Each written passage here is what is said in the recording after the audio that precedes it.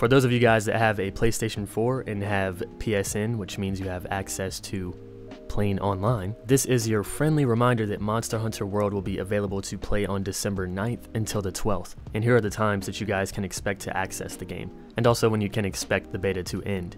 There will be 3 different quests that will take place in 2 different environments. 2 of these monsters that you can hunt in these quests being pretty badass to give you guys that Monster Hunter experience, and one of the quests being for beginners, so if you guys want to get familiar with the game and test out some weapons, there's that. If you guys play through this beta, you can expect some rewards to carry over to the actual game that will launch in January. If you guys have never played Monster Hunter, now is a great time to. It will be launching on PC, Xbox, and PlayStation 4. The PC version will probably be a bit later.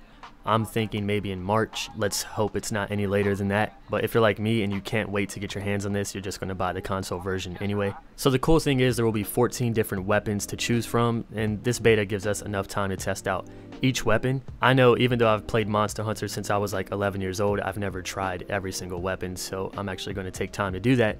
And I might even make some content on this game, but I'll definitely be streaming it on my Twitch channel. And with Monster Hunter World, you guys can expect 1,001 new features compared to the other Monster Hunter games. There's even a new feature that's going to be in the beta that is a training room that allows you to test out the weapons, so you don't have to go through taking out a weapon on a quest and then, you know, being like, I don't like this, let me exit the quest or finish the quest and then try this again. You can actually test it out in a training room. And even if you do go on the quest, you can now switch weapons at the camp.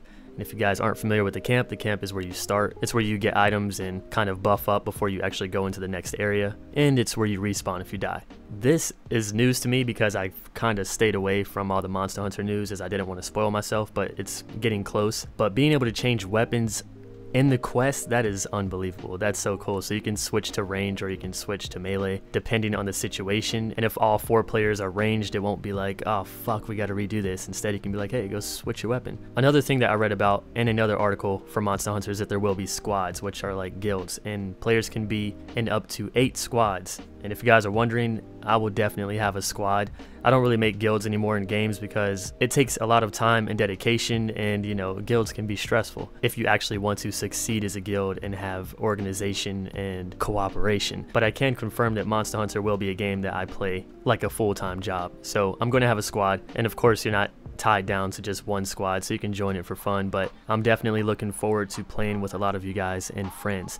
Now on to the other news, Black Desert. I'm a little late on this. I'm not actually late. I did see the news. I'm just late to making the video. But they have finally given us a teaser for the new class that we got a little preview of, and we can tell that it was some type of blade dancer, but now we know that her weapons, and sorry if you get triggered because I don't know the exact names. I'll probably put them right here in the video or the description, but the weapon is like a sword and a chain. Right now someone is typing in the comment section, it's a fucking kunai, you idiot, or you know, whatever it's called. Looking at the gameplay that I only got to see for like 5 seconds, I was like, holy shit, this has to be the class for me. And I said that about Dark Knight, and I've actually stuck with Dark Knight. Dark Knight is my favorite class, but this class looks like it can be even more fun. And if you see the gameplay, it's like it's from Moonlight Blade or something. She's jumping in the sky and shit. It's like, damn. But the one thing that determines whether or not I will actually main this class is the Awakening.